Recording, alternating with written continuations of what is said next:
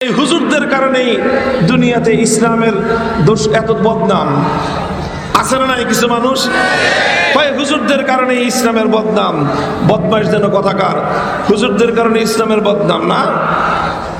ইসলামকে তোমরা পরিপূর্ণভাবে মানতে চাও না, ইসলামের শুধু মানতে চাও না তা নয়, তোমরা যারা ইসলামের পূর্ণাঙ্গতাকে অস্বীকার করো, ইসলামের পূর্ণাঙ্গতাকে অস্বীকার করার মাধ্যমে সর্বপ্রথম তোমরা ইসলামের শ্রেষ্ঠত্বের গলায় ছুরি চালায় দিলা, এরপরে তোমরা ইসলামের সৌন্দর্যকেও ধুলোয় মিশিয়ে দেওয়ার চেষ্টা করলা। তোমরা নামধারী মুসলমান হলেও তোমরাই হলো ইসলামের বিরুদ্ধে পিঠে ছুরিকাঘাতকারী এই পৃথিবীর সবচেয়ে বড় গাদ্দার। মুহতারাম হাজিরিন, এই জন্য এই জায়গাটাকে খুব পরিষ্কার করে বুঝতে হবে যে ইসলামের পূর্ণাঙ্গতার মধ্যেই নিহিত আছে ইসলামের শ্রেষ্ঠত্ব, ইসলামের পূর্ণাঙ্গতার মধ্যেই নিহিত আছে ইসলামের সৌন্দর্য।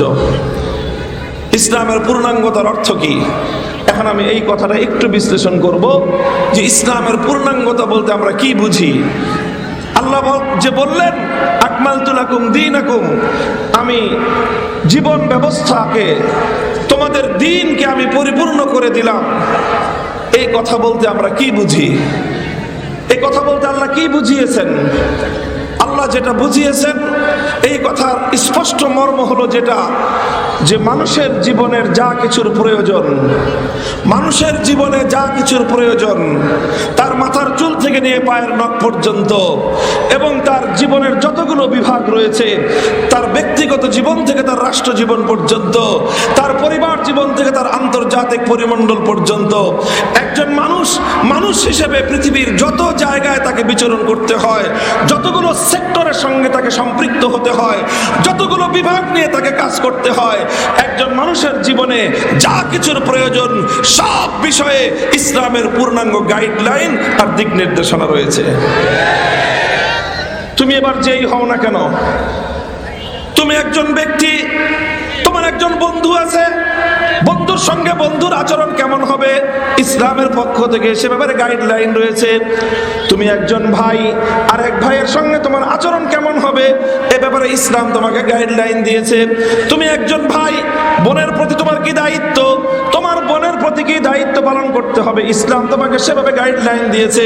তুমি একজন সন্তান, তোমার বাবার সঙ্গে তোমার কি আচরণ হবে ইসলাম বলে দিয়েছে। তুমি পিতা, সন্তানের সঙ্গে তোমার কি আচরণ হবে ইসলাম বলে দিয়েছে। প্রতিবেশীর সঙ্গে তোমার আচরণ কেমন হবে ইসলাম বলে দিয়েছে। ভিন্ন ধর্মাবলম্বী হিন্দুর সাথে, খ্রিস্টানের সঙ্গে, বৌদ্ধর সঙ্গে, ইহুদির সঙ্গে তোমার কি আচরণ হবে, কেমন হবে ইসলাম বলে দিয়েছে। রাষ্ট্রনায়কের সাথে তোমার কেমন আচরণ হবে ইসলাম বলে দিয়েছে। রাষ্ট্রনায়ক হিসেবে, রাষ্ট্রের পরিচালক হিসেবে নাগরিকদের সঙ্গে তোমার কেমন আচরণ হবে ইসলাম বলে দিয়েছে। বন্ধুর সঙ্গে কেমন আচরণ হবে ইসলাম বলে দিয়েছে। শত্রুর সঙ্গে কেমন আচরণ হবে ইসলাম বলে দিয়েছে। বাংলাদেশের নাগরিক হিসেবে, তোমার দেশের নাগরিক একজন মুসলিমের সঙ্গে তোমার কেমন আচরণ হবে ইসলাম বলে দিয়েছে।